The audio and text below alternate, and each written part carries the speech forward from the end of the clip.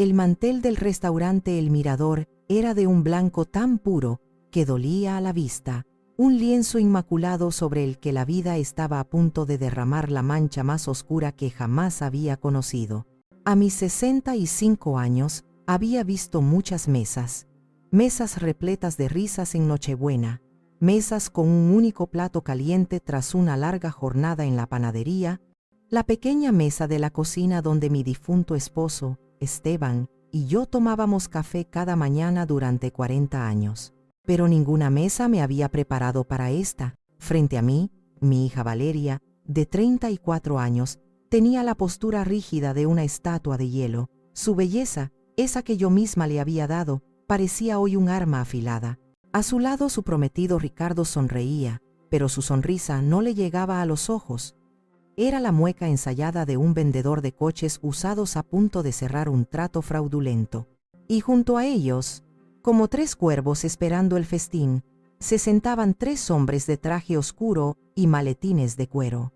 No eran amigos. Eran soldados traídos a un campo de batalla que yo no sabía que existía. El murmullo del restaurante, el tintineo de los cubiertos de plata, la suave melodía de un piano en la distancia, todo se desvaneció hasta convertirse en un zumbido sordo en mis oídos. Mi atención estaba fija en la carpeta de color manila que Ricardo empujó sobre el mantel, un gesto lento y deliberado que cortó el aire. «Mamá», comenzó Valeria, y su voz, normalmente un arrullo, sonó como el roce del metal. «Ricardo y yo hemos estado pensando mucho en tu futuro, en tu bienestar», no respondí. Mi silencio pareció ponerla nerviosa. Sus dedos tamborilearon sobre la copa de agua. Ricardo tomó la palabra, su voz untuosa como el aceite. «Soledad, con todo el respeto, ya no estás para estos trotes. Administrar una propiedad, las inversiones, es complicado. Queremos ayudarte. Queremos quitarte esa carga de encima». Abrí la carpeta. Las palabras saltaban de la página frías y legales. Poder notarial amplio e irrevocable. Cesión de derechos. Administración total de bienes. Querían despojarme de todo. De la casa que Esteban y yo construimos ladrillo a ladrillo. De los ahorros que eran el fruto del sudor de nuestras vidas, del olor a pan recién hecho a las 4 de la mañana, del seguro de vida que Esteban me dejó para que yo, su Sole, nunca tuviera que preocuparme. Cerré la carpeta con una suavidad que me sorprendió a mí misma. Mis manos no temblaban. Un frío glacial se había instalado en mi pecho, apagando el fuego del pánico. Levanté la vista y miré directamente a mi hija, buscando un rastro de la niña que una vez me trajo una flor diciendo que era un tesoro. No encontré nada, solo una determinación gélida. «No voy a firmar esto, Valeria», dije en voz baja, pero firme. Ricardo suspiró. Un sonido teatral de falsa paciencia. «Soledad, quizás no lo entiendes.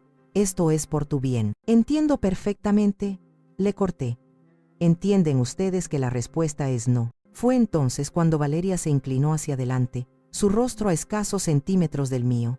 La máscara de preocupación se desvaneció, revelando una dureza que nunca antes había visto. Su voz fue un susurro venenoso, cargado con el arma más cruel que una hija puede esgrimir contra su madre. «¿O firmas?» siseó. Y sus ojos, los mismos ojos color miel de su padre, me taladraron sin piedad. «O te juro por lo más sagrado que jamás, jamás conocerás a tu nieto».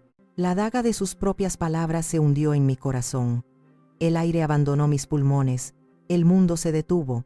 Mi nieto, el hijo que llevaba en su vientre, la continuación de mi sangre, la única luz de esperanza que me quedaba en el mundo. Me lo estaba arrebatando, usándolo como un rehén para robarme el alma. En ese instante, en medio del lujo hipócrita de El Mirador, comprendí que la hija a la que había criado ya no existía. Frente a mí solo había una extraña, una ladrona con mi misma sangre. Hacía solo 3 semanas, la misma sala de estar, que ahora se sentía como una tumba helada, había sido el escenario del comienzo de esta pesadilla. El sol de la tarde se filtraba por las cortinas de encaje que yo misma había tejido, iluminando las fotografías que cubrían las paredes. Esteban y yo el día de nuestra boda, jóvenes y llenos de sueños, mi hijo Mateo, con su toga de graduación de la Facultad de Medicina, Y Valeria, en docenas de fotos, siempre sonriente, siempre la princesa de la casa. Ella y Ricardo habían llegado sin avisar, una costumbre que él había fomentado desde que estaban juntos. Ricardo nunca respetó los espacios ni los tiempos. Actuaba como si el mundo le perteneciera y los demás fuéramos meros inquilinos en él. Entraron con una carpeta brillante y una sonrisa aún más brillante, sentándose en el sofá que Esteban había elegido con tanto esmero. «Mamá, tenemos noticias maravillosas», anunció Valeria, aplaudiendo como una niña pequeña. Su mano se posó instintivamente sobre su vientre, apenas abultado. «Hemos fijado la fecha de la boda y hemos encontrado el lugar perfecto». Ricardo abrió la carpeta, revelando fotos de una hacienda colonial espectacular, con jardines exuberantes, fuentes de cantera y salones que parecían sacados de una revista de la alta sociedad. Era sin duda un lugar de ensueño. «Es magnífico, hija», dije con sinceridad, sintiendo una punzada de alegría genuina por ella. «¿Y ya tienen un presupuesto?» «Sí, y ahí es donde entras tú, suegrita», dijo Ricardo, guiñándome un ojo. El apodo siempre me había parecido condescendiente, pero nunca lo había confrontado. «Hemos calculado todo, hasta el último detalle. El banquete, las flores importadas, el diseñador del vestido, la luna de miel en las Maldivas, todo suma 80.000 euros». El número quedó suspendido en el aire, pesado y obsceno. 80.000 euros. Era una cantidad que apenas podía comprender. Era más de lo que Esteban y yo habíamos ganado en varios años de trabajo incansable en la panadería. Tragué saliva, buscando las palabras adecuadas. «Cariño, eso es mucho dinero. Es una fortuna». «Lo sabemos, mamá. Por eso es una boda de ensueño», respondió Valeria, como si la lógica fuera aplastante. «Pero, ¿cómo piensan pagarlo?», pregunté, aunque un terror frío ya comenzaba a trepar por mi espina dorsal. Ricardo se reclinó en el sofá, adoptando un aire de magnanimidad. «Bueno, por eso estamos aquí. Con el dinero del seguro de vida de Esteban, se puede cubrir perfectamente. De hecho, hasta sobraría un poco para empezar a amueblar nuestra nueva casa». El aire se volvió denso. El seguro de vida de Esteban, mi ancla, mi seguridad, el último regalo de amor del hombre que me había prometido cuidarme siempre. No era una lotería, era la materialización de sus madrugones, de sus manos cubiertas de harina, de su espalda dolorida tras 16 horas de pie. Mi voz fue apenas un susurro. «Ese dinero es para mi vejez, Ricardo, para mis gastos, para mis medicinas si llego a necesitarlas, para vivir con dignidad sin tener que ser una carga para nadie». «Pero mamá, no lo necesitas ahora», exclamó Valeria, su tono volviéndose impaciente. «Estás perfectamente sana. Nosotros estamos empezando nuestras vidas. Es una inversión en nuestra felicidad. ¿Acaso no quieres que sea feliz?». La manipulación era tan burda, tan descarada. Me dolió más que la cifra misma. «Claro que quiero que seas feliz, Valeria. Más que nada en el mundo», dije, mi voz temblando ligeramente. «Pero la felicidad no se compra con una boda de 80.000 euros. ¿Puedo ayudaros?». «Por supuesto que sí. Puedo daros 20.000 euros. Es una suma muy generosa. Podéis tener una boda preciosa, elegante, rodeados de la gente que os quiere de verdad». La reacción de Valeria fue instantánea y violenta. Su rostro se contrajo en una mueca de desprecio. «20.000 euros. ¿Es una broma? Eso no alcanza ni para las flores. Siempre has sido una egoísta. Siempre has preferido a Mateo. A él le pagaste la universidad. A tu hermano no le pagué nada», repliqué, el dolor dando paso a la indignación. «Tu hermano trabajó desde los 16 años para pagarse sus estudios. Tú, en cambio, has tenido todo lo que has querido». «¡Mentira!», gritó, poniéndose de pie. Las lágrimas de furia y autocompasión, brillaban en sus ojos. «Estás sentada sobre una montaña de dinero que ni siquiera ganaste tú, es de papá, y te niegas a compartirlo. No quieres verme triunfar, tener una vida mejor que la tuya». Ricardo se levantó y la rodeó con el brazo, mirándome por encima de su cabeza con una expresión de fría superioridad. Creo que es mejor que nos vayamos, amor. Tu madre no está siendo razonable. Se fueron dando un portazo que hizo temblar las fotos en la pared.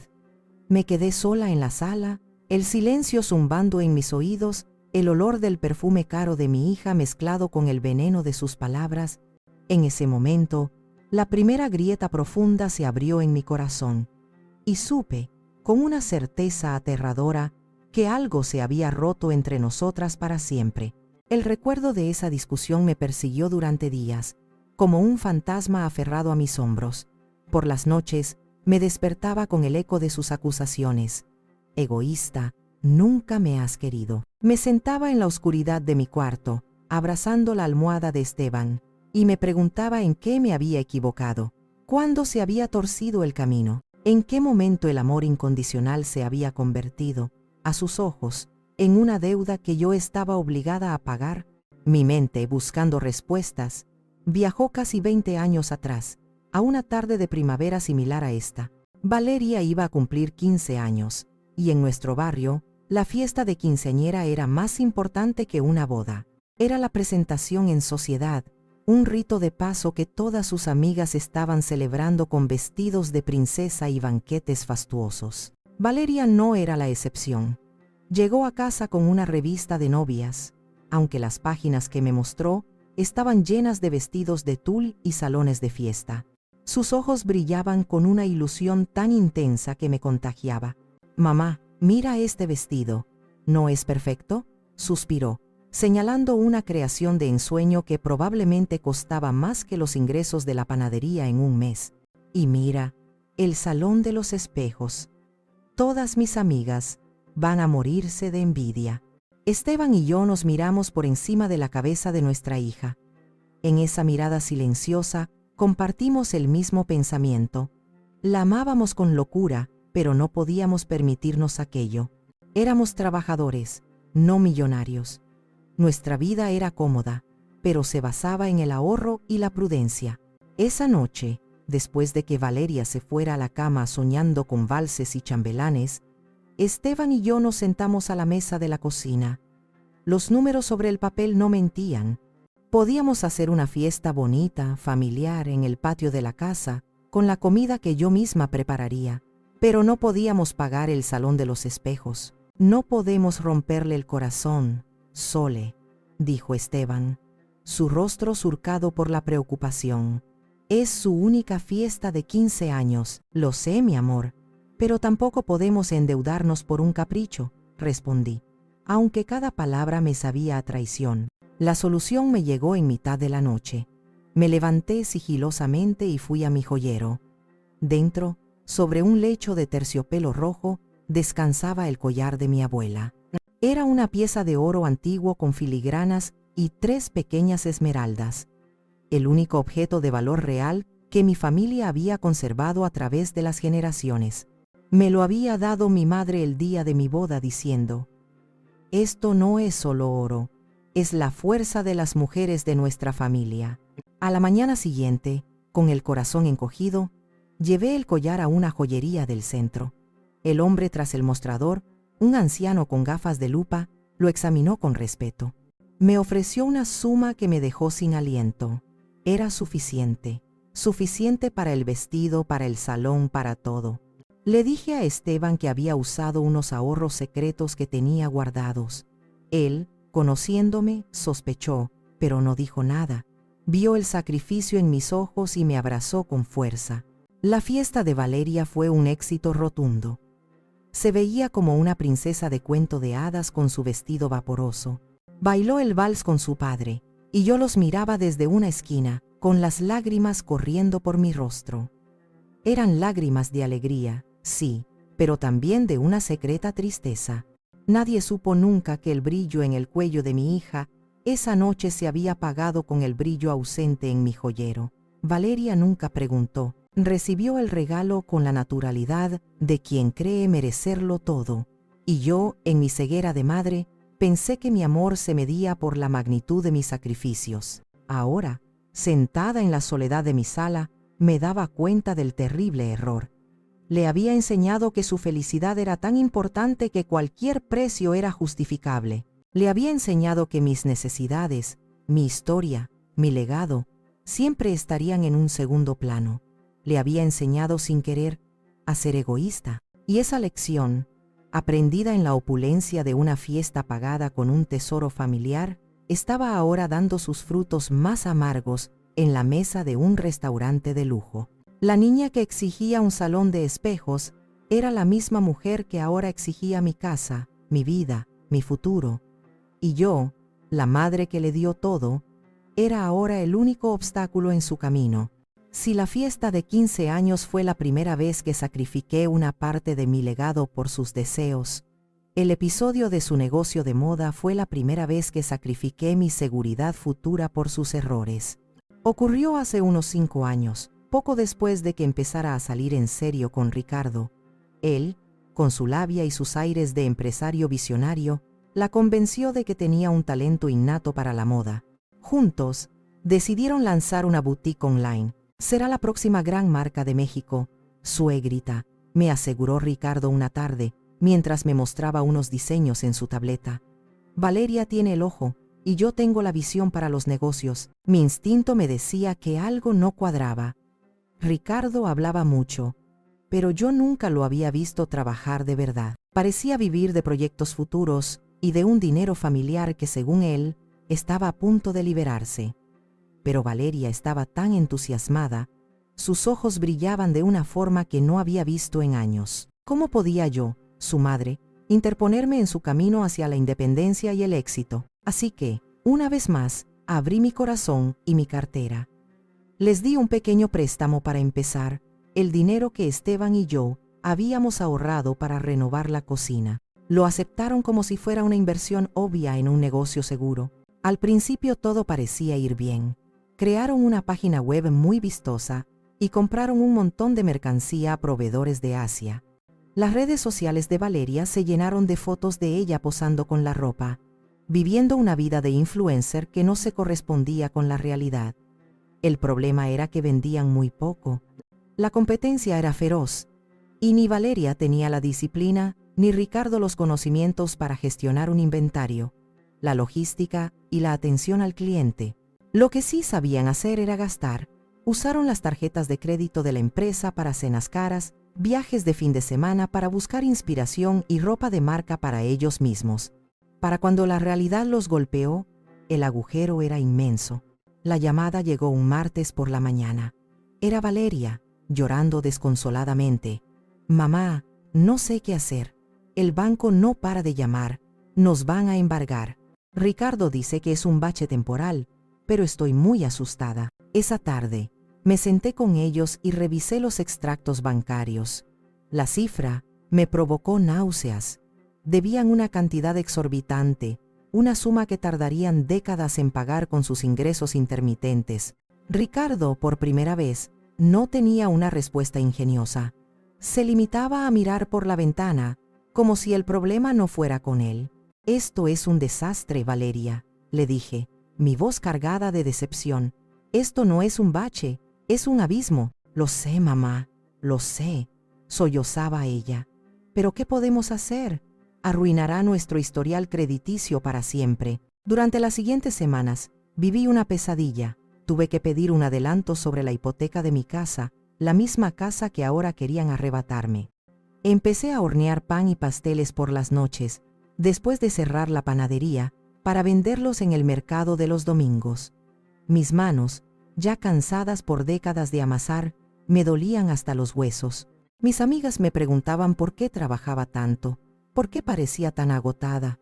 Yo les mentía, decía que estaba ahorrando para un viaje. Me avergonzaba admitir que estaba pagando la irresponsabilidad de mi hija y su novio. Pagué hasta el último céntimo de su deuda. Cuando les di el recibo final del banco, Valeria me abrazó, llorando de alivio. «Gracias, mamá, te juro que te lo devolveremos todo». Ricardo, en cambio, ni siquiera me miró a los ojos. Se limitó a decir: «Bueno, de los errores se aprende. Al menos ahora sabemos lo que no hay que hacer. Para eso está la familia, ¿no? Para apoyarse». Nunca me devolvieron un solo euro. Nunca más mencionaron el tema. Para ellos, fue un capítulo cerrado, una lección aprendida a mi costa. Para mí, fue la primera vez que sentí el frío del resentimiento hacia mi propia hija, pero lo enterré profundamente, bajo capas de amor maternal y excusas. Es joven, me decía a mí misma, está enamorada, ya madurará. Ahora me daba cuenta de que no había madurado, simplemente se había vuelto más audaz. La deuda de las tarjetas de crédito era un juego de niños comparada con la deuda que estaba tratando de cobrarme ahora, la deuda de haberla traído al mundo. Y esta vez, el precio no era mi dinero, sino mi dignidad.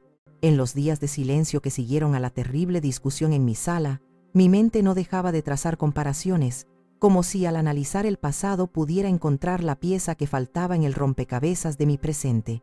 Y la comparación más dolorosa era siempre la misma. Valeria y Mateo. Crié a mis dos hijos con el mismo amor, bajo el mismo techo, con los mismos valores que Esteban y yo defendíamos, el trabajo duro, la honestidad y el respeto. Les leímos los mismos cuentos, les curamos las mismas rodillas raspadas y celebramos sus logros con el mismo orgullo desbordante. Sin embargo, habían crecido para convertirse en dos personas tan fundamentalmente diferentes que a veces me costaba creer que compartieran la misma sangre. Mateo, mi hijo mayor, siempre fue un alma tranquila y observadora. Desde niño, tuvo una madurez que no correspondía a su edad. Mientras Valeria jugaba a ser el centro de atención, Mateo prefería sentarse en un rincón con un libro o ayudar a su padre a limpiar los hornos de la panadería. Nunca pidió nada, ahorraba su paga semanal para comprarse sus propias cosas y, cuando decidió que quería ser médico, no vino a nosotros con una exigencia, sino con un plan. Recuerdo la noche en que nos lo comunicó. Tenía 17 años. Se sentó a la mesa de la cocina, igual que había hecho yo con mis padres décadas atrás, y nos presentó una carpeta con información sobre las universidades, los costes y un plan detallado de cómo pensaba pagarlo. Sé que es caro, nos dijo con su seriedad habitual, pero he conseguido un trabajo de mesero los fines de semana, y voy a solicitar todas las becas que existan. Solo necesito que me apoyen, que crean en mí. Por supuesto que creímos en él. Esteban y yo contribuimos todo lo que pudimos, pero la mayor parte del mérito fue suyo. Lo vimos estudiar hasta la madrugada después de un turno de 10 horas en el restaurante, lo vimos renunciar a fiestas y viajes con amigos. Y cuando finalmente se graduó, con honores, el orgullo que sentimos era indescriptible. No era solo el orgullo por el título, sino por el hombre en el que se había convertido, un hombre forjado a sí mismo, a base de esfuerzo y sacrificio. Valeria, en cambio, parecía haber nacido con la convicción de que el mundo estaba en deuda con ella. Era la luz de los ojos de su padre, y quizás la consentimos demasiado. Todo lo que Mateo conseguía con esfuerzo, Valeria parecía esperarlo por derecho. Si Mateo se compraba un coche de segunda mano con sus ahorros, Valeria se quejaba de por qué ella tenía que seguir usando el transporte público. Su gran queja, la que repetía como un mantra a lo largo de los años, era que nosotros habíamos invertido en Mateo y no en ella. Le pagasteis la carrera de medicina, me espetó en una de nuestras discusiones. ¿Y a mí? ¿Qué me disteis? Valeria, por favor, no es así. Intentaba razonar yo. A ti te ofrecimos pagarte la universidad que quisieras. Empezaste 3 carreras distintas y no terminaste ninguna. Te apoyamos cuando quisiste ser diseñadora, cuando quisiste ser fotógrafa, cuando quisiste abrir la tienda online. Pero ella no escuchaba. En su mente se había construido una narrativa de agravio en la que ella era la víctima y Mateo el hijo predilecto.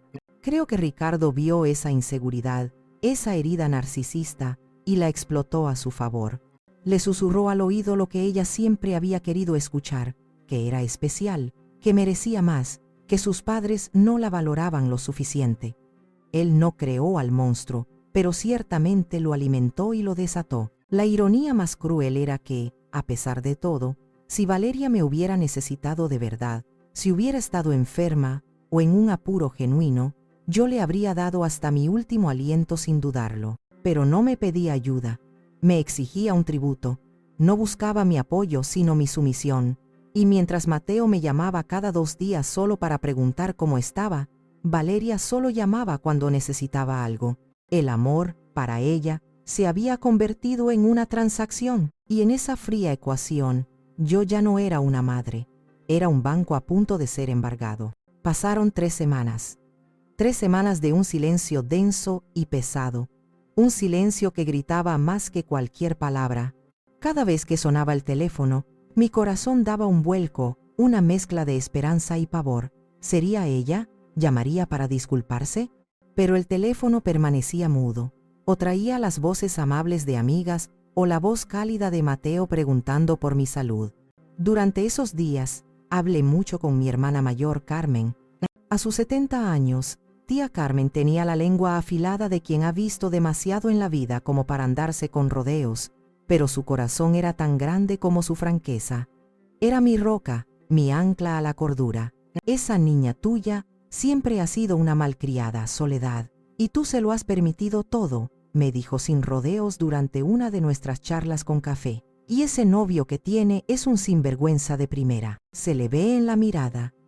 Tiene ojos de tiburón. Carmen, por favor, es mi hija, suspiré, aunque sabía que tenía razón. Y por ser tu hija, tienes que ponerle un alto, sentenció, golpeando la mesa con el dedo. El amor no es ceguera, el amor también es poner límites. Esteban, que en paz descanse, la adoraba, pero la malcrió. Y ahora tú estás pagando los platos rotos. Sus palabras, aunque duras, eran un bálsamo. Me hacían sentir menos sola en mi confusión. Y entonces, un martes por la tarde, el teléfono sonó. Era un número desconocido. Dudé, pero finalmente contesté. Mamá. La voz de Valeria. Sonaba diferente, pequeña, frágil, como cuando era una niña y me llamaba desde su cama después de una pesadilla. Valeria, hija, acerté a decir, el corazón latiéndome a 1000 por hora. Mamá, he estado pensando mucho, dijo, su voz entrecortada. He sido una tonta, una egoísta. Tenías razón, nos hemos equivocado, Ricardo y yo, hemos sido injustos contigo. Cada palabra era como una gota de agua en un desierto. La esperanza, esa planta terca y estúpida, comenzó a brotar de nuevo en mi pecho. Oh, cariño, susurré, sintiendo las lágrimas asomar a mis ojos. ¿Podríamos vernos, mamá? ¿Podríamos cenar juntas y hablar? Quiero arreglar las cosas, te echo mucho de menos. Claro que sí, mi vida. Cuando quieras. Ven a casa, te prepararé tu plato favorito. No, no, déjame invitarte yo, insistió. Quiero compensarte. Ricardo y yo queremos llevarte a un sitio especial. ¿Conoces el Mirador? Dicen que es el mejor restaurante de la ciudad, para que veas que de verdad lo sentimos. El Mirador. Un lugar carísimo, fuera de nuestro alcance. El gesto parecía desmesurado, pero en mi anhelo de reconciliación, lo interpreté como una prueba de su arrepentimiento. Está bien, hija, como tú quieras, acepté, mi voz temblando de emoción. Colgué el teléfono y me sentí flotar. Lo había conseguido. Mi hija había recapacitado. El amor había triunfado sobre el dinero. Inmediatamente, llamé a Carmen para darle la buena noticia. Hubo un largo silencio al otro lado de la línea. «¿Carmen? ¿Estás ahí?», pregunté. «Estoy aquí», Soledad respondió finalmente, su voz extrañamente carente de entusiasmo. «Escúchame bien, me alegro si es verdad, pero no te fíes, no bajes la guardia». «¿Pero qué dices? Has sonado tan arrepentida», protesté. «El diablo también sabe sonar como un ángel cuando quiere un alma», replicó. «Dices que te lleva a El Mirador. ¿De dónde saca esa niña dinero para un sitio así, después de decir que no tenía ni para las flores de su boda?» La pregunta me cayó como un jarro de agua fría. «Bueno, quizás Ricardo», empecé a decir. «Ese Ricardo es el peor de todos», me interrumpió. «Soledad, hazme caso. Ve, escucha lo que tengan que decir, pero ve con los ojos bien abiertos. Ten cuidado, hermana. Por favor, ten mucho cuidado. El zorro pierde el pelo, pero no las mañas, y ese par son zorros de la peor calaña». Sus palabras me dejaron inquieta, pero la emoción era más fuerte. Decidí ignorar la advertencia. Me aferré a la imagen de mi hija pidiéndome perdón, a la promesa de un abrazo, a la ilusión de recuperar a mi familia. No sabía que estaba caminando con los ojos cerrados directamente hacia la trampa más cruel y mejor planeada de mi vida. La noche antes de la cena en el mirador fue la más larga de mi vida. La advertencia de Carmen había plantado una semilla de duda que, a pesar de mis esfuerzos por ignorarla, había germinado en la oscuridad de mis pensamientos. Di vueltas en la cama, el colchón vacío a mi lado, un recordatorio constante de la ausencia de Esteban. Si él estuviera aquí, sabría qué hacer. Siempre lo sabía. Me levanté a las 3 de la mañana, la hora en que solíamos empezar nuestra jornada en la panadería. La casa estaba en silencio, un silencio que ya no era pacífico, sino amenazador. Bajé a la cocina, el corazón de nuestro hogar. Todo estaba como siempre.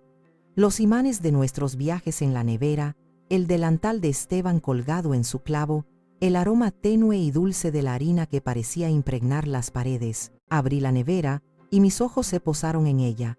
La masa madre.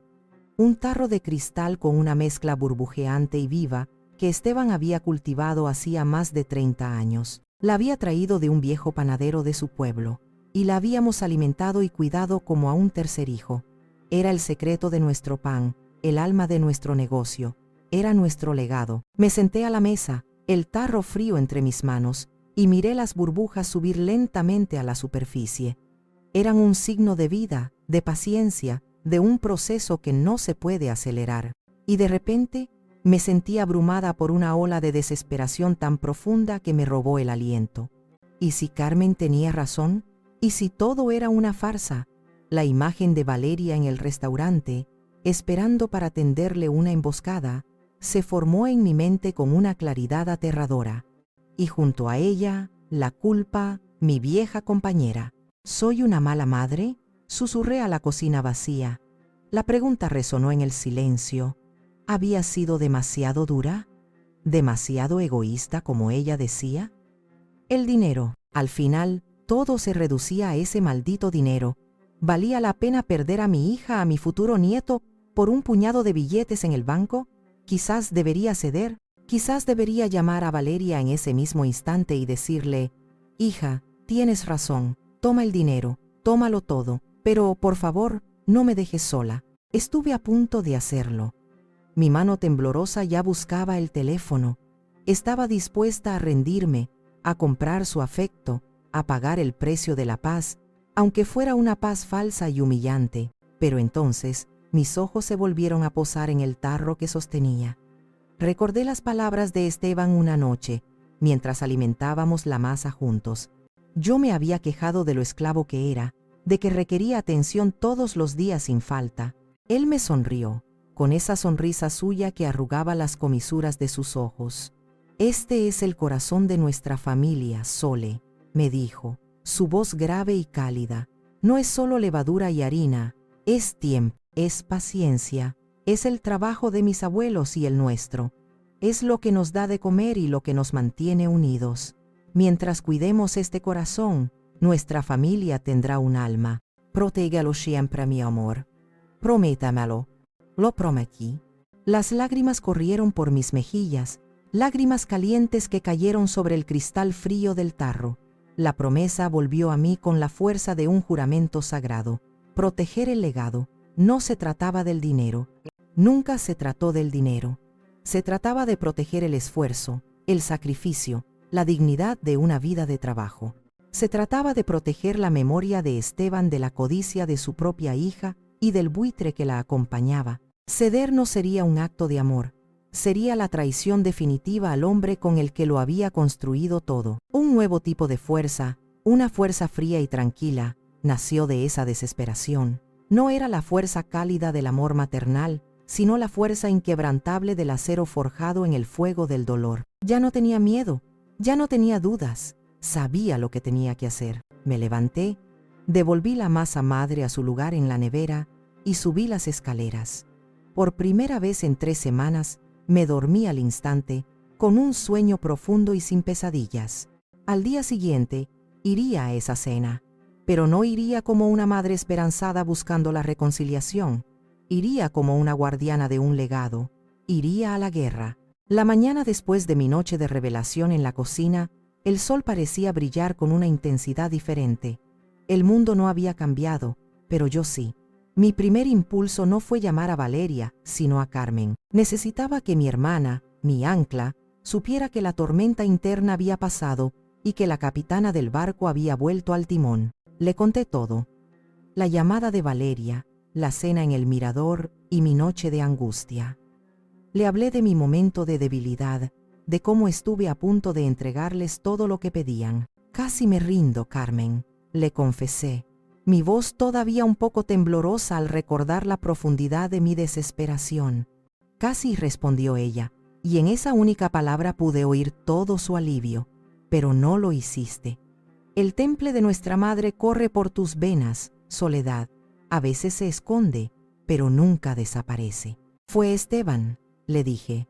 Fue recordarlo a él, a la panadería, a todo lo que construimos. No puedo dejar que lo pisoteen. Claro que no, exclamó Carmen con una energía renovada. Ese es el espíritu. Esteban estaría tan orgulloso de ti en este momento, pero la fuerza y los recuerdos no son suficientes. Necesitas armas, hermana.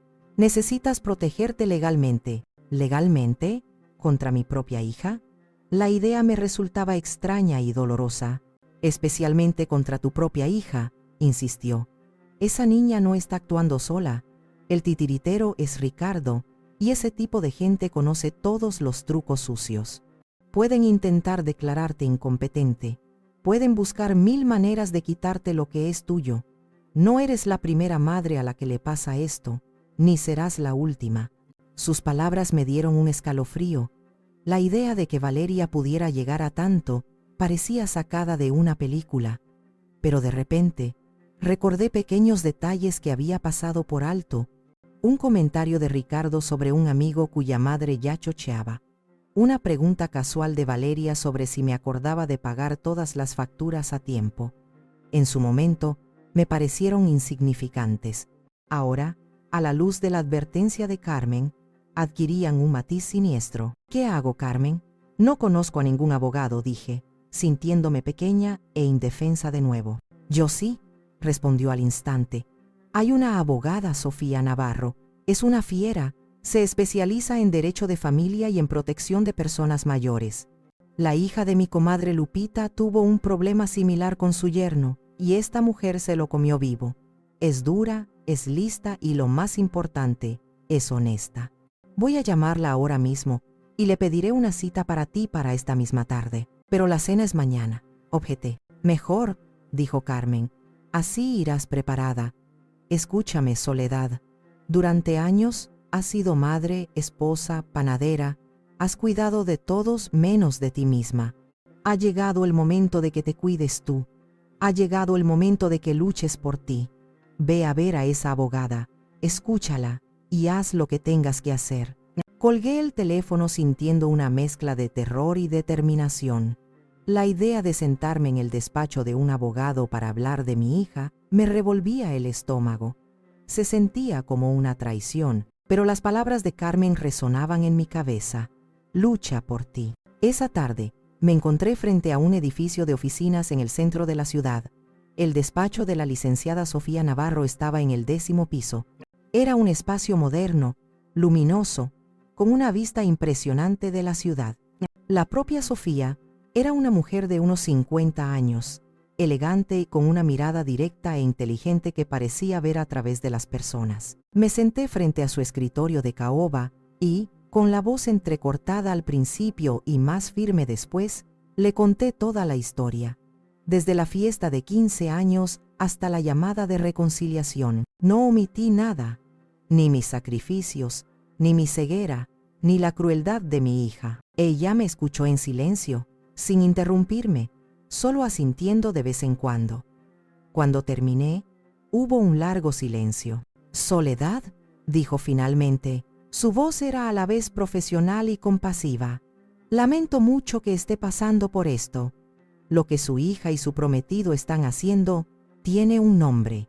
Se llama abuso financiero y explotación de personas mayores, y es más común de lo que se imagina. Oírlo clasificado de esa manera, con un término legal tan frío, me impactó, pero también me validó. No estaba loca, no estaba siendo egoísta, estaba siendo una víctima. Y por primera vez, sentí que no estaba sola en esta lucha. Lo primero que vamos a hacer, continuó la licenciada Navarro, inclinándose sobre su escritorio, es investigar. No podemos actuar a ciegas. Necesito saber a qué nos enfrentamos. La idea me pareció extraña. ¿Investigar? ¿A Ricardo? Exactamente, asintió. Usted me ha contado su versión, y le creo, pero para una batalla legal necesitamos pruebas, no solo palabras. Necesito saber si este hombre tiene deudas, si tiene antecedentes, si ha hecho esto antes, y sobre todo necesito confirmar sus sospechas. Necesito saber si ya han tomado medidas para intentar demostrar que usted no es competente. Contrató a un investigador privado, un hombre discreto y eficiente, que en menos de 24 horas le entregó un informe preliminar que confirmó nuestros peores temores. El informe era un documento frío y detallado que leí con el corazón en un puño en el despacho de Sofía, apenas unas horas antes de mi cita en el Mirador. Ricardo Vargas no era el empresario de éxito que pretendía ser. Tenía un historial de pequeños negocios fallidos y una considerable deuda personal. Su familia, que en su día fue adinerada, había perdido la mayor parte de su fortuna, y él estaba desesperado por mantener un estilo de vida que ya no podía permitirse. Pero la parte más escalofriante del informe era otra. El investigador había hablado con varios de mis vecinos. Mi vecina de al lado, la señora Elena, una mujer encantadora aunque un poco chismosa, contó algo revelador. Hacía 2 semanas, un joven muy educado, la descripción de Elena de Ricardo, se había acercado a ella en el jardín. Le había dicho que era el prometido de mi hija y que estaban un poco preocupados por mí. Le preguntó si me había notado más olvidadiza últimamente, si a veces parecía confundida o si había mencionado problemas de dinero. Elena, bendita sea, le había respondido que yo estaba más lúcida que ellos dos juntos y que dejara de decir tonterías. Pero el daño ya estaba hecho. Estaban sentando las bases. Estaban creando una narrativa para presentarla ante un juez. La anciana viuda que pierde la cabeza y a la que su amantísima hija tiene que proteger de sí misma. El investigador también descubrió que Ricardo había consultado con una agencia inmobiliaria para obtener una tasación no oficial de mi casa. «Lo ve, Soledad», dijo Sofía, su voz serena pero cargada de indignación. «Esto no es un capricho, es un plan premeditado. La cena de esta noche no es una reconciliación, es una emboscada. Van a presionarla, a amenazarla, y si usted se niega, usarán estas pruebas de su incompetencia para intentar incapacitarla judicialmente». Sentí que el suelo se abría bajo mis pies. ¿Pueden hacer eso? Pueden intentarlo. Sería una batalla larga y sucia. Pero no vamos a dejar que lleguen a eso. Vamos a adelantarnos. Vamos a construir una fortaleza alrededor de su patrimonio. Una fortaleza tan inexpugnable que no podrán ni arañar los muros. Y entonces me explicó su plan. La solución era una figura legal llamada fideicomiso irrevocable. Era complejo, pero la esencia era simple. Yo transferiría voluntariamente todos mis bienes, la casa, los ahorros, el seguro de vida de Esteban a este fideicomiso. Yo seguiría disfrutando de ellos durante toda mi vida, por supuesto, pero legalmente ya no serían míos en el sentido tradicional. ¿Y quiénes serían los beneficiarios?, pregunté. Sus herederos naturales, respondió Sofía. Sus hijos, pero podemos especificar las condiciones. Podemos nombrar a un administrador, un albacea, que se asegure de que el dinero se use correctamente. Mi hijo Mateo, dije sin dudarlo. Él es el hombre más sensato y honesto que conozco. Perfecto, sonrió Sofía.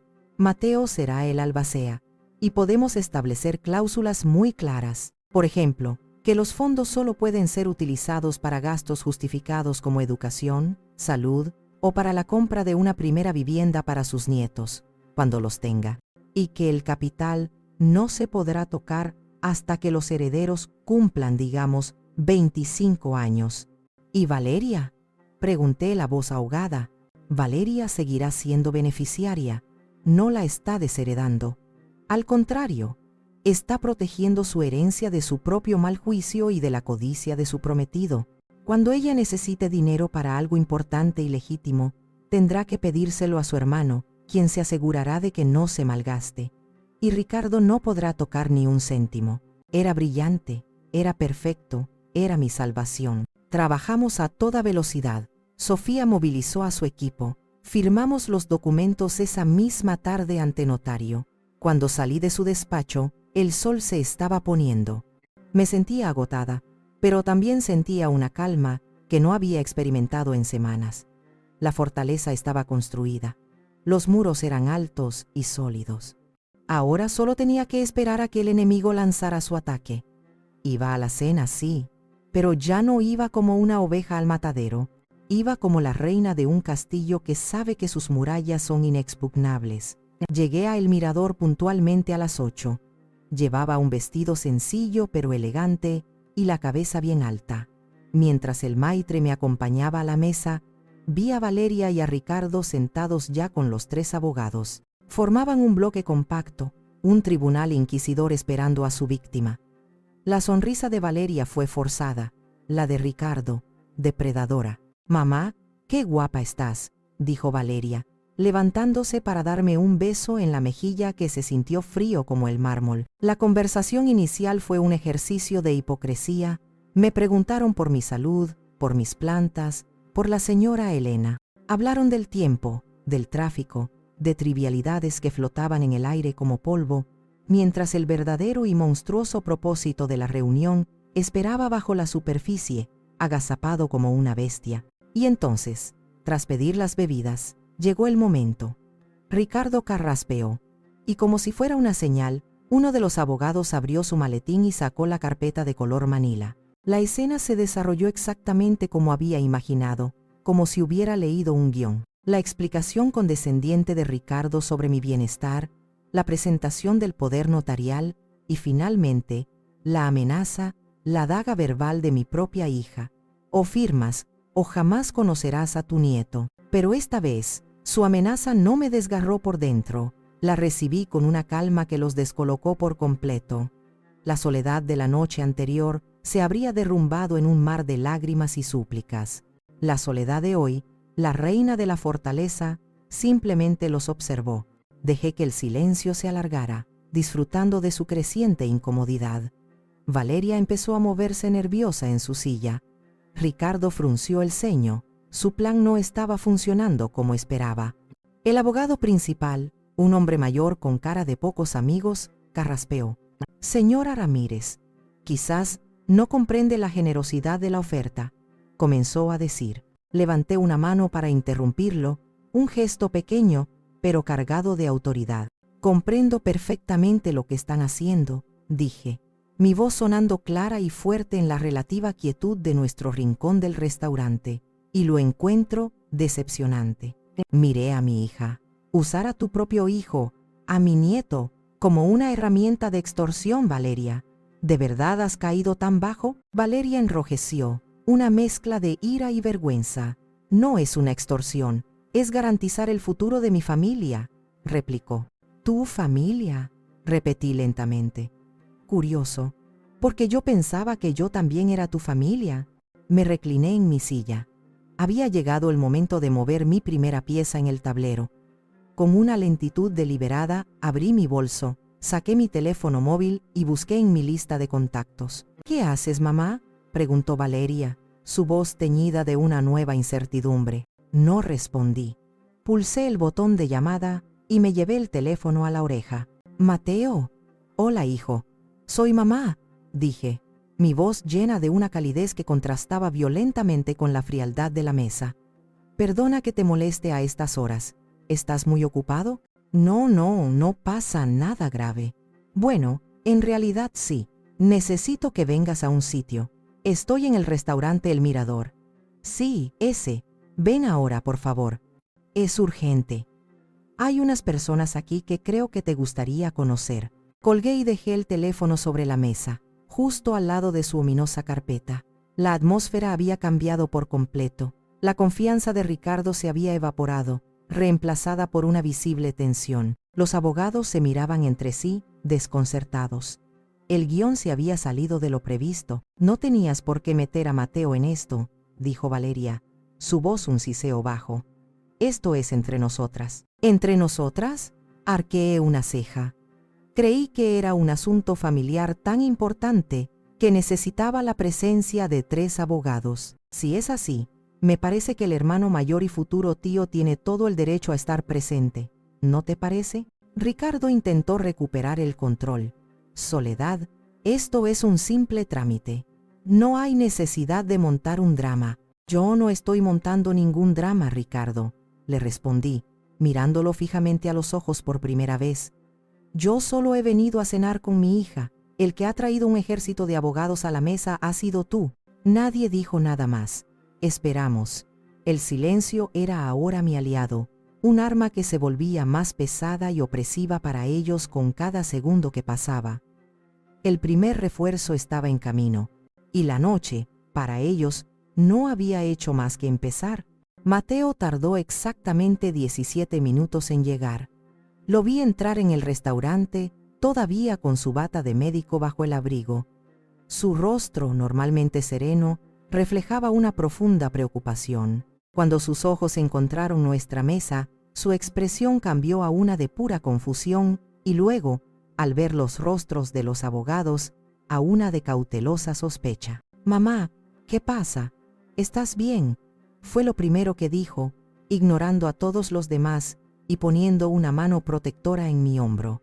«Estoy perfectamente, hijo.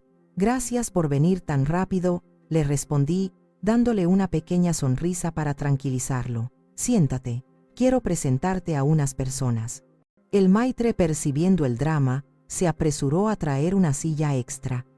Mateo se sentó entre Valeria y yo, creando una barrera física y simbólica. Su presencia era como un bálsamo para mi alma y una amenaza tangible para ellos. «Mateo, este es Ricardo, el prometido de tu hermana», comencé señalando con la cabeza. «Y estos 3 señores son sus socios de negocios, según parece». Mateo estrechó la mano de Ricardo brevemente, un gesto formal y frío. Luego recorrió con la vista a los 3 abogados. Como médico de urgencias, Mateo estaba acostumbrado a evaluar situaciones complejas en segundos, y vi cómo su mente procesaba la escena: su madre, su hermana embarazada, 3 abogados y una carpeta legal, en una cena que a todas luces no era una cena. «Socios de negocios», repitió Mateo, su voz tranquila pero con un matiz de acero. «Interesante. ¿Qué clase de negocios se discuten en una cena familiar un martes por la noche?». Nadie respondió. Valeria se encogió en su asiento, negándose a mirar a su hermano a los ojos. Ricardo intentó forzar una sonrisa. «Solo estábamos ayudando a tu madre con un poco de planificación financiera, Mateo. Cosas de la edad, ya sabes». Los ojos de Mateo se entrecerraron. «¿Planificación financiera?». «Mi madre equilibra sus cuentas al céntimo y el año pasado detectó un error en sus impuestos que le ahorró más de 1.000 euros. No creo que necesite mucha ayuda». Cogió la carpeta de la mesa y la abrió. Sus ojos recorrieron rápidamente el documento. «Poder notarial». «Vaya, vaya. Mamá, ¿tú has pedido esto?». «No, hijo, no lo he pedido», respondí con calma. Mateo cerró la carpeta con un golpe seco que resonó en la mesa. Miró a su hermana, y por primera vez vi una profunda decepción en su rostro. «Valeria, ¿qué es esto?». Ella balbuceó algo ininteligible. El plan se estaba desmoronando, y ella no tenía la fortaleza para sostenerlo sin el guión de Ricardo. Y entonces llegó el momento del jaque mate. Volví a coger mi teléfono. Las miradas de todos se clavaron en el aparato como si fuera una bomba. «Mamá, ¿qué vas a hacer ahora?», preguntó Valeria, su voz temblorosa. «Tranquila, hija», le dije. «Solo una llamada más.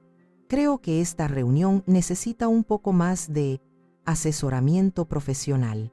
Busqué el número de Sofía Navarro y pulsé llamar. «Licenciada Navarro, buenas noches. Soy Soledad Ramírez», dije en voz alta y clara. «Lamento la hora. Estoy en el restaurante El Mirador». «Sí, la cena de la que le hablé.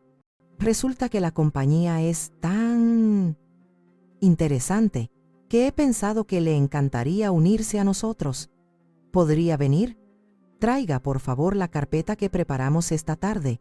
La azul. Sí, esa. Muchas gracias. La esperamos. Colgué. Si el silencio anterior había sido tenso, el que siguió a esa llamada fue sepulcral. Se podía oír el latido de los corazones. El rostro de Ricardo había perdido todo su color. Pasó de la confusión a la comprensión y de ahí al pánico puro. Los tres abogados se susurraban cosas entre ellos. Sus rostros una mezcla de alarma y enojo. Tu abogada. Siseó Ricardo, la palabra saliendo de entre sus dientes apretados. Mi abogada, confirmé, saboreando el momento. Valeria me miraba con los ojos desorbitados, como si me viera por primera vez. La madre dócil y sumisa que siempre había conocido había desaparecido. En su lugar, había una mujer que movía las piezas de un juego que ella ni siquiera sabía que estaba jugando. La llegada de la licenciada Sofía Navarro, unos 15 minutos después, fue una obra de teatro en sí misma. Entró en el restaurante con la confianza de una generala inspeccionando el campo de batalla. Su traje sastre impecable, su maletín de cuero y su mirada penetrante hicieron que hasta el maitre se pusiera nervioso. Soledad, Mateo, qué gusto veros, dijo con una sonrisa cálida para nosotros, que se transformó en una mirada gélida al dirigirse al resto de la mesa. Buenas noches. Soy Sofía Navarro, abogada de la señora Ramírez. Creo que tenían algo que querían que mi cliente firmara. El abogado principal de Ricardo, el más viejo, se recompuso como pudo. Licenciada, esto es un asunto estrictamente familiar. Me alegra que lo mencione, replicó Sofía, abriendo su propio maletín, porque precisamente por ser un asunto familiar, mi cliente ha decidido tomar medidas para proteger el futuro de su familia. Y créanme, lo ha protegido muy bien. La licenciada Navarro no perdió el tiempo. De su maletín sacó una carpeta azul, mucho más gruesa y de aspecto más oficial que la de ellos. La abrió y con la precisión de un cirujano comenzó a exponer los documentos sobre la mesa. Antes de que mi cliente considere firmar absolutamente nada, comenzó, su voz resonando con autoridad. Creo que les interesará revisar esto. Lo primero que sacó fue el informe del investigador. Señor Vargas, dijo, mirando directamente a Ricardo, parece que ha estado usted muy ocupado estas últimas semanas. Ha estado haciendo preguntas a los vecinos de mi cliente sobre su estado mental, ¿no es así? E incluso ha solicitado una tasación de su propiedad. Tengo aquí declaraciones firmadas. ¿Le gustaría que las leyera en voz alta? Ricardo se hundió en su silla, su rostro una máscara de furia impotente. Valeria ahogó un sollozo y se tapó la cara con las manos. Los tres abogados se miraron unos a otros, sus rostros reflejando la cruda realidad. Su cliente los había metido en un posible caso de acoso y tentativa de fraude. Pero eso es solo el aperitivo, continuó Sofía, su tono volviéndose aún más afilado. Lo realmente importante es esto. Puso sobre la mesa un documento con varios sellos notariales. Esto, señores, es el acta de constitución del fideicomiso familiar Ramírez, firmado y registrado esta misma tarde. La señora Ramírez, en pleno uso de sus facultades mentales y por voluntad propia, ha transferido la totalidad de sus bienes a este fideicomiso irrevocable. El silencio que siguió fue tan profundo que pude oír el zumbido del aire acondicionado. Ricardo y Valeria se inclinaron para leer el documento, sus ojos moviéndose con rapidez sobre el texto legal. Vi el momento exacto en que la comprensión los golpeó. Fue como ver una luz apagarse en sus ojos. Irrevocable, balbuceó Valeria. Significa que no se puede cambiar ni anular, explicó Sofía con una paciencia casi insultante. Todos los bienes, la casa, las cuentas bancarias, el seguro de vida de su difunto padre, todo está ahora bajo la administración del fideicomiso. Soledad seguirá viviendo en su casa y recibiendo una pensión mensual para sus gastos, por supuesto, pero legalmente ya no es la dueña directa. ¿Y los beneficiarios?, preguntó Ricardo, su voz un graznido. Los beneficiarios son los descendientes directos de Soledad Ramírez, es decir, su hijo Mateo, su hija Valeria y sus futuros nietos, nacidos y por nacer, recitó Sofía. Sin embargo, hay una pequeña cláusula que quizás les interese. Hizo una pausa dramática. El albacea y único administrador del fideicomiso, con control total sobre cualquier disposición de fondos, es el señor Mateo Ramírez. El rostro de Valeria se descompuso. Miró a su hermano como si lo viera por primera vez, no como su hermano, sino como su carcelero financiero. Y para que quede aún más claro, añadió Sofía, como quien da el golpe de gracia, el fideicomiso estipula que los fondos solo podrán usarse para 3 cosas: educación superior, emergencias médicas demostrables y como ayuda para la compra de una primera vivienda. Una boda de lujo de 80.000 euros, me temo, no entra en ninguna de esas categorías. Fue entonces cuando Ricardo explotó. Se puso de pie de un salto, golpeando la mesa con el puño y haciendo que las copas temblaran. «¡Esto es un robo! ¡Una estafa!», gritó, atrayendo las miradas de todo el restaurante. «¡Nos ha engañado! ¡Vieja bruja manipuladora!». Mateo se levantó al instante, su cuerpo corpulento interponiéndose entre Ricardo y yo. «Siéntate y cierra la boca», le dijo Mateo, su voz baja y peligrosa. «No te atrevas a volver a hablarle así a mi madre en tu vida». Pero fue mi voz la que los detuvo a todos. Me puse de pie lentamente, sintiendo el poder que me daba la verdad. «No, Mateo, déjalo», dije con calma. «Tiene derecho a mostrar su verdadera cara». Miré a Ricardo, que jadeaba de rabia. «El único ladrón en esta mesa eres tú, Ricardo. Tú, que has intentado manipular a mi hija para robar el trabajo de toda una vida de un hombre bueno. Tú, que has intentado declararme loca para quedarte con mi casa». Luego, me volví hacia mi hija, que lloraba desconsoladamente.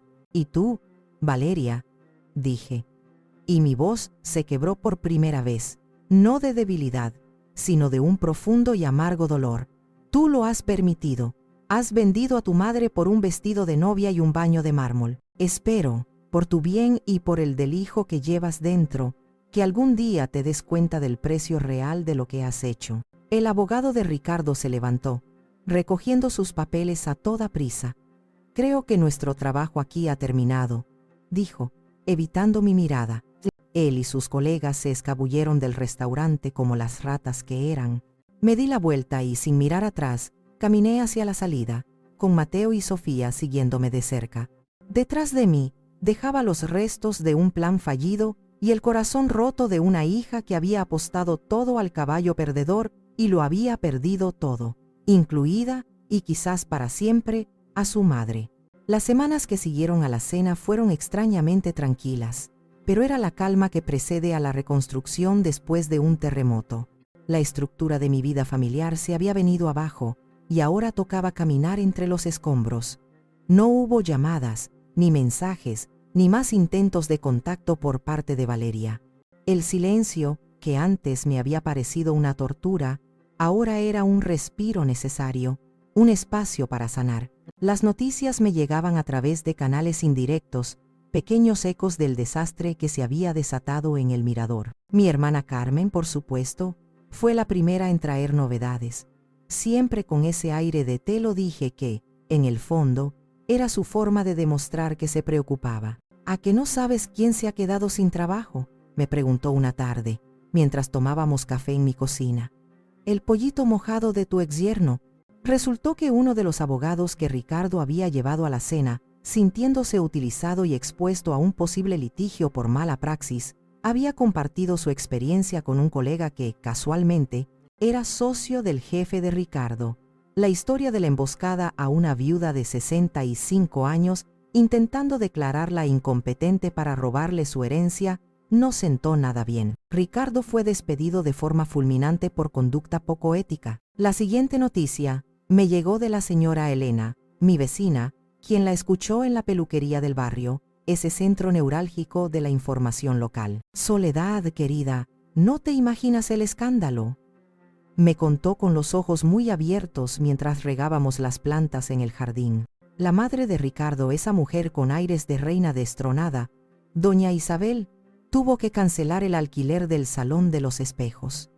Parece que la boda se ha pospuesto indefinidamente. Cada noticia era una pequeña confirmación de que la justicia, a veces, aunque lenta y por caminos tortuosos, termina llegando. No sentía alegría, no sentía el placer de la venganza. Lo que sentía era un profundo y amargo alivio. La pesadilla había terminado, el veneno había sido contenido. Mateo me mantenía al tanto de la situación de Valeria. Ella no había vuelto a casa, sino que se había refugiado en casa de doña Isabel, quien, según Mateo, la trataba con un desprecio apenas disimulado ahora que su hija ya no era el pasaporte a la fortuna de los Ramírez. «Está destrozada, mamá», me dijo Mateo por teléfono, su voz teñida de tristeza. Él, con su corazón noble, sufría por su hermana a pesar de todo. Creo que está empezando a darse cuenta de en manos de quién se había puesto. Ricardo la culpa a ella de todo. Dice que su plan era perfecto y que ella lo arruinó por no saber controlarte. «Pobre niña tonta», susurré, y era la verdad. A pesar de la rabia y el dolor, una parte de mí todavía veía a la niña vulnerable que se había dejado deslumbrar por un charlatán. Un mes después del incidente, recibí una carta. El sobre no tenía remitente, pero reconocí la caligrafía elegante y un poco infantil de Valeria al instante. Mis manos temblaron al abrirla. Dentro había varias hojas escritas por ambos lados, con manchas de lo que parecían ser lágrimas secas. Era una larga letanía de disculpas, arrepentimiento y autocompasión. «Perdóname, mamá, no sabía lo que hacía. Ricardo me llenó la cabeza de ideas. Tengo miedo». Leí cada palabra, buscando un atisbo de comprensión genuina, una señal de que había entendido la profundidad de su traición. Y la encontré, o quise encontrarla, en la última frase. «No te pido que me devuelvas el dinero», escribía. «Solo te pido que me devuelvas a mi mamá». La carta me desgarró. Lloré durante horas. Lloré por la hija que había perdido y por la mujer rota en la que se había convertido. Pero mis lágrimas ya no eran de debilidad. Eran lágrimas de limpieza, de catarsis. Sabía que el perdón no sería un acto de un solo día, sino un camino largo y difícil. Y sabía que, para empezar a recorrerlo, primero tenía que reconstruirme a mí misma. La soledad que existía antes de esa cena ya no existía. Y la nueva soledad, la que había luchado y vencido, tenía que aprender a vivir por y para sí misma antes de poder ser la madre de nadie más. Guardé la carta en un cajón. Aún no estaba lista para responder. El silencio que siguió en mi vida no fue un vacío, sino un lienzo en blanco. Durante 40 años, mi vida había girado en torno a dos ejes: Esteban y mis hijos. Tras la muerte de mi esposo, mi único propósito había sido proteger su legado para ellos.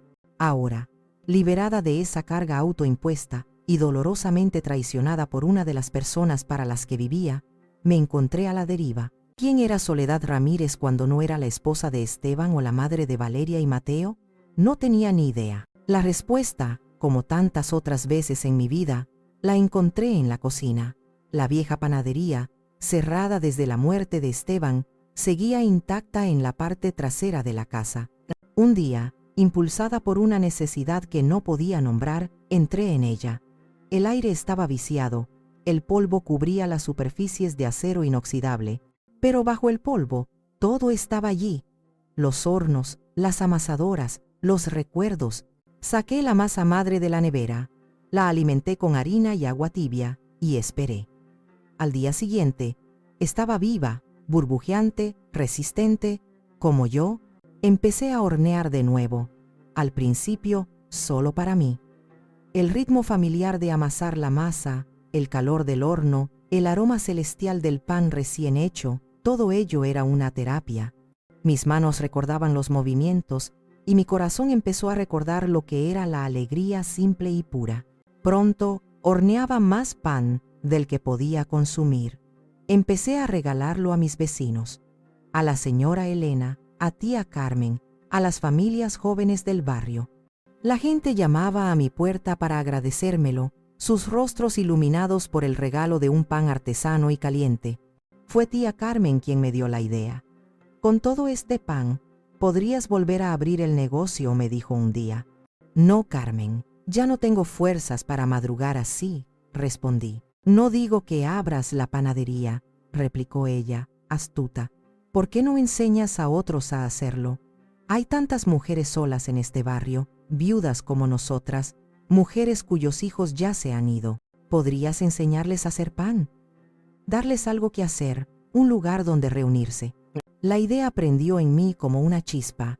Puse un pequeño cartel en la ventana de la panadería, clases gratuitas de panadería para animar el alma, martes y jueves por la mañana. El primer martes aparecieron 3 mujeres. La semana siguiente eran 7. Al mes tenía un grupo de 15 alumnas leales, un pequeño ejército de mujeres de todas las edades que llenaban mi vieja panadería con risas, confidencias y el glorioso olor del pan. Las llamábamos las panaderas del alma. No solo amasábamos pan, amasábamos historias. Compartíamos recetas y penas, alegrías y consejos. Hablábamos de hijos ingratos y de nietos maravillosos, de la soledad y de la recién descubierta libertad. Me di cuenta de que mi historia, que me había parecido tan única y terrible, era solo una variación de un tema universal. Muchas de ellas habían sufrido sus propias traiciones, sus propias decepciones. Encontré un nuevo propósito. Ya no era solo la guardiana del legado de Esteban, era la encargada de compartirlo. Cada vez que enseñaba a una mujer a alimentar la masa madre, a sentir la masa cobrar vida bajo sus dedos, sentía que una pequeña parte de mi esposo y de nuestra historia seguía viva, se multiplicaba, creaba comunidad. Dejé de pensar en Valeria a cada momento. El dolor seguía ahí, un rescoldo latente en mi pecho, pero ya no era el centro de mi existencia. Mi vida se había llenado de nuevos rostros, nuevas risas, nuevos panes que sacar del horno. Estaba construyendo algo nuevo a partir de las ruinas de mi antigua vida. Y por primera vez en mucho, mucho tiempo, cuando me miraba al espejo, no veía a una víctima. Veía a una mujer que, como la masa madre, había sobrevivido a la oscuridad y seguía siendo capaz de crear vida y alimento a su alrededor. Veía a Soledad, la panadera, y me gustaba la mujer que estaba viendo. Pasaron los meses. La primavera dio paso a un verano caluroso y luego a la melancolía dorada del otoño. Mi vida había encontrado un ritmo nuevo y apacible, marcado por las clases de panadería, los cafés con Carmen y Elena y las visitas de fin de semana de Mateo, quien siempre llegaba con una sonrisa y se iba con el coche lleno de pan. La carta de Valeria seguía en el cajón, sin respuesta. No por rencor, sino porque no sabía qué decir. Las palabras de perdón me parecían demasiado fáciles, y las de reproche, innecesarias. Así que esperé. La llamada llegó una noche de octubre. Era Mateo. Su voz sonaba extraña, una mezcla de alegría y nerviosismo. «Mamá», dijo, «ha nacido. Valeria ha tenido a la bebé». Mi corazón se detuvo y luego comenzó a latir con una fuerza desbocada. Una nieta. Tenía una nieta. ¿Están bien? ¿Las dos?, pregunté. Mi voz un susurro ahogado. Perfectamente. Es una niña preciosa, mamá. Pesa 3,5 kilos. Está sana. Hizo una pausa. La han llamado Soledad. El nombre me golpeó con la fuerza de un puñetazo. Soledad. Un intento de manipulación tan obvio, tan desesperado, que casi me habría reído si no sintiera un nudo tan grande en la garganta. Valeria quiere que vayas al hospital, mamá, continuó Mateo, con cautela. Me ha pedido que te lo diga. Dice que quiere que conozcas a tu nieta. Colgué el teléfono y me quedé mirando la oscuridad a través de la ventana de la cocina.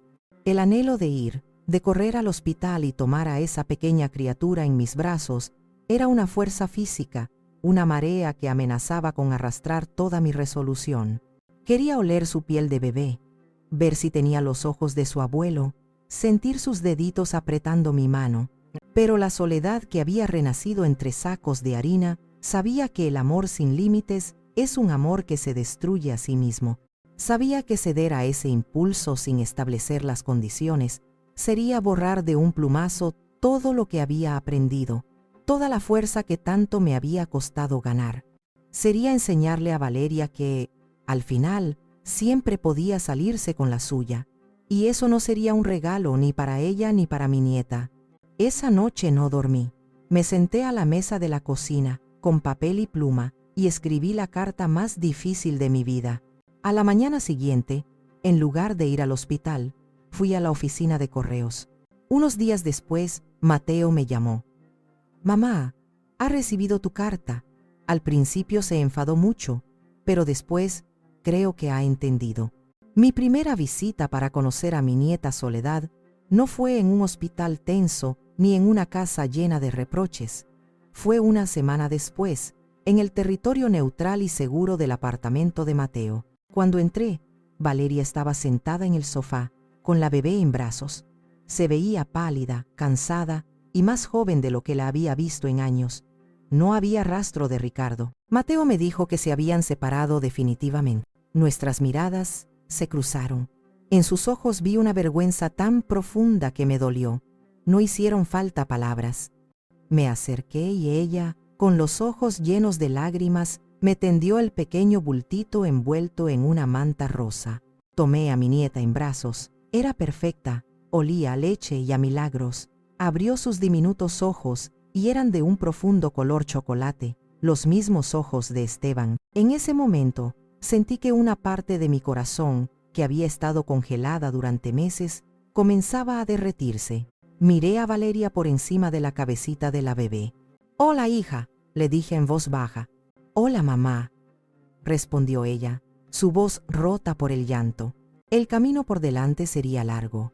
La confianza, como la masa madre, necesitaría tiempo, paciencia y cuidados constantes para volver a crecer.